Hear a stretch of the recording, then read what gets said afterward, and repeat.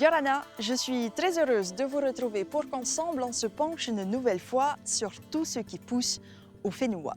Pour souhaiter la bienvenue à Tahiti, on couronne les nouveaux arrivants de fleurs, des tiarés, des tipaniers ou des fleurs de myrrhe dont le parfum enivre. Mais avec l'héliconia à la queue de poisson ou en bec de perroquet, la fleur de porcelaine rose ou blanche, l'anthorium et son pistil, les oiseaux de paradis bariolés ou bien encore la naupaka, la demi-fleur de l'amour interdit, les variétés sont multiples et chacun y trouve son bonheur. Les fleurs exotiques, notamment les alpinias ainsi que la tiare Tahiti, sont les principales fleurs exploitées en Polynésie.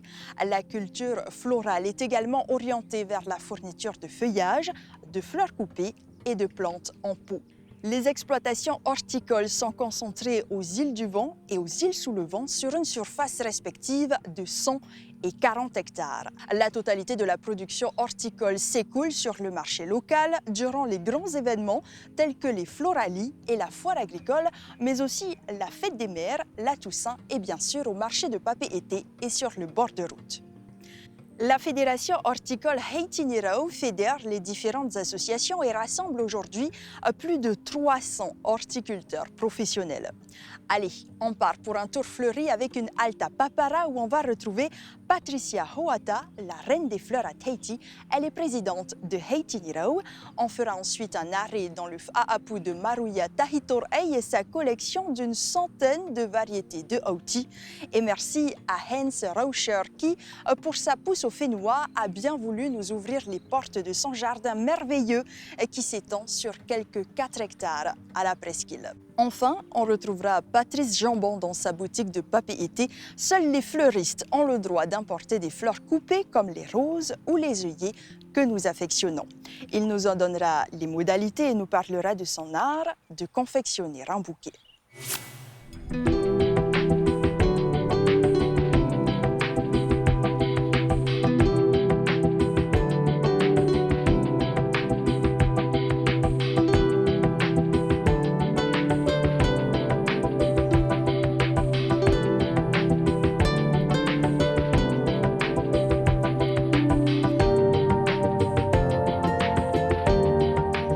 On a besoin d'embellir notre jardin. C'est notre bien-être aussi.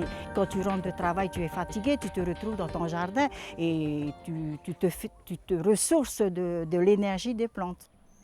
J'ai grandi dans l'agriculture, mais les fleurs sont venues plus tard. J'ai été nommée jury des concours des horticulteurs de la foire agricole et j'ai abouti là-dedans et j'ai pris goût. Et par la suite, j'en ai fait quand même mon métier. Pour les horticulteurs, il faut avoir 2000 pots dès le départ. Il y a quand même beaucoup de professionnels, ceux qui détiennent la carte de CAPL. On peut compter sur 300. Avant le Covid, les horticulteurs comptaient sur les 2 grands événements, les Floralies et la foire agricole, qui fait un bon chiffre d'affaires quand même. Depuis l'année dernière, en ayant le Covid-19, il n'y a pas eu d'événement du tout. Alors les horticulteurs se sont un peu mis à leur compte à se débrouiller. C'est de bouche à oreille ou sinon c'est des ventes en ligne et ça marche très bien. Les horticulteurs travaillent beaucoup de marcottage et du bouturage. Une fois que les racines sortent et ils rempotent, il faut que ça dépasse 3 mois. Au bout de 3 mois, ils commencent à commercialiser, pas avant.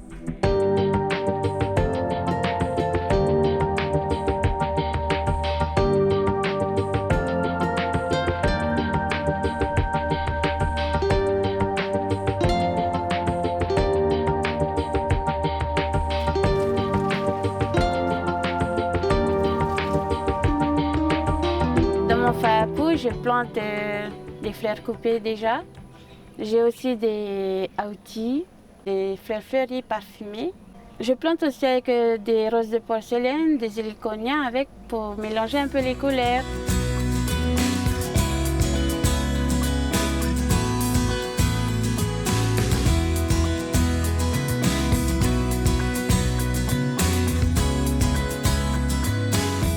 Et bien voilà quelques variétés de mes centaines de Auti que j'ai. La différence des variétés de Aouti, c'est qu'ils ont plein de couleurs et chaque Aouti, ils ont leur couleur à eux. Mais voilà, c'est ce qui fait leur beauté. Mon Fahapou, il fait en gros 3000 m². Les Aouti, il produit toute l'année. Dans le temps, les Aouti, ils servaient de nourriture, même pour faire des raoutéti, pour envelopper les maas qu'on met dans les fours tahitiens. Ou maintenant aussi, on met dans les compositions de fleurs et aussi pour faire des couronnes.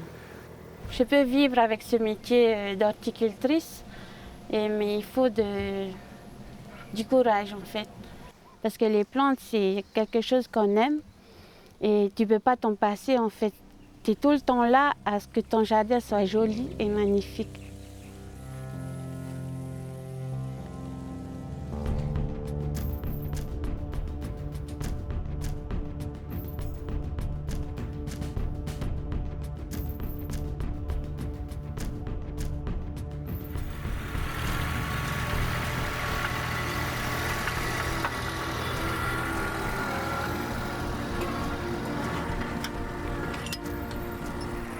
Ici, j'ai une superficie de 4 hectares. La production que je fais actuelle, c'est tout ce qui est feuillage et bon, tout ce qui est fleurs locales. Oiseaux, anthurium, aupuis, torches, tout ce qui est fleurs locales. Ce que je vends le plus, c'est les anthuriums, les gros oiseaux, les petits oiseaux, de la torche et la porcelaine. Toutes les fleurs ne fleurissent pas tous en même temps. Il y a des fleurs saisonnières, il y a des fleurs qui ne sont pas du tout. Il y a des variétés qui fleurissent toute l'année, certains pas du tout. La grosse saison, normalement, si ça ne change pas, c'est août, septembre, octobre. Parce que tout fleurit d'un coup, quoi. Avec le climat peut-être qui a beaucoup changé, il y a certaines fleurs qui ont changé la saison de floraison. Eh bien, on ne s'y attend pas à ça, quoi. Dans les serres, c'est des anthuriums et du feuillage qui poussent sous abri. Bon, c'est pour diversifier un peu les produits. Bon, pour la production, c'est tout de la multiplication par rhizome ou sinon par branche. Tout ce que je produis, je les vends.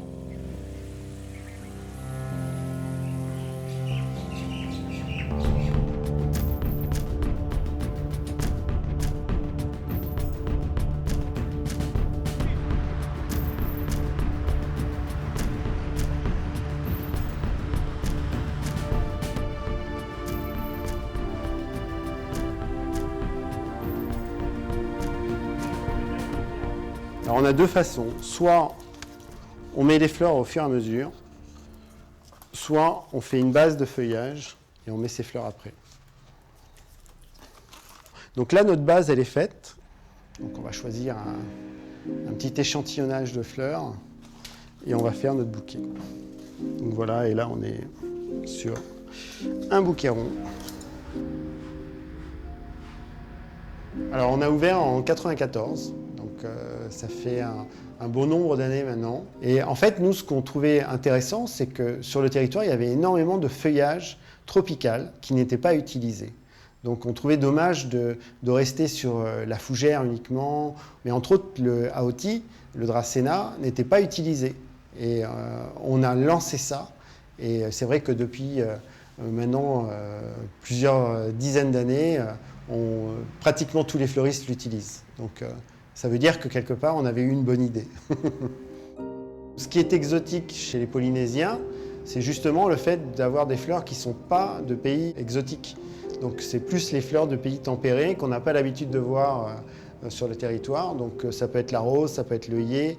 Pendant la période de confinement, on a dû travailler avec de la fleur locale, beaucoup, puisque les frontières étaient fermées. Et en fait, il est plus facile de travailler avec des petites fleurs locales. Donc l'orchidée en fait partie, les petits oiseaux de paradis, ça a relancé un peu la production de petites fleurs qu'on utilisait un petit peu moins auparavant. On ne peut pas vendre des fleurs comme ferait un marchand de fleurs ou un marché avec que des fleurs locales. Là, on a la possibilité d'importer des fleurs et d'avoir une licence d'importation et d'avoir un permis qui nous permet de les importer, justement. Et vous avez droit à 20 plantes différentes. Et donc, vous pouvez avoir un permis pour 20 plantes où vous pouvez avoir 2 permis pour 40 plantes. Et le permis est valable 1 an. Le permis vous oblige à avoir des cultures qui sont justement loin des insectes ou loin des maladies pour ne pas introduire des choses qui ne sont pas bien. Ce qui manque sur le territoire, c'est les terres. Après, c'est la formation, c'est-à-dire que nous, en tant que fleuristes, on n'a pas d'école qui prépare à des jeunes qui pourraient venir travailler chez nous. Et déjà, si vous avez un diplôme horticole ou agricole, à option horticulture, ça peut permettre de comprendre comment la plante, elle pousse, donc comment on peut la multiplier, comment on peut la couper, et comment on peut faire d'être un bon fleuriste, quoi. Il faut être passionné. Si on n'est pas passionné, il ne faut pas faire ce métier, c'est clair.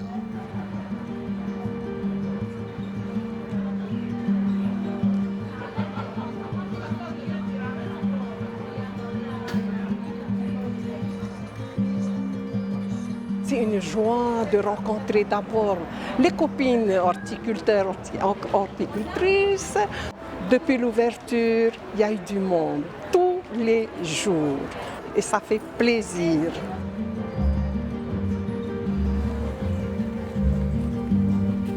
Vu qu'on ne vit que de ça, c'est un grand soulagement pour nous de reprendre les expos. Je trouve que les expos, c'est bien, c'est top. Et que ça rapporte aussi beaucoup, et pas mal d'argent. Les floralistes, c'est mettre en avant tous les horticulteurs de la Polynésie.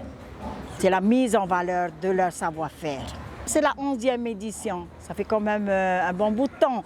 L'objectif de la fédération, c'était de partager, c'est une famille qui doivent partager leur savoir-faire, savoir donner. Et on n'a pas gardé que pour nos enfants, on a aussi partagé au public.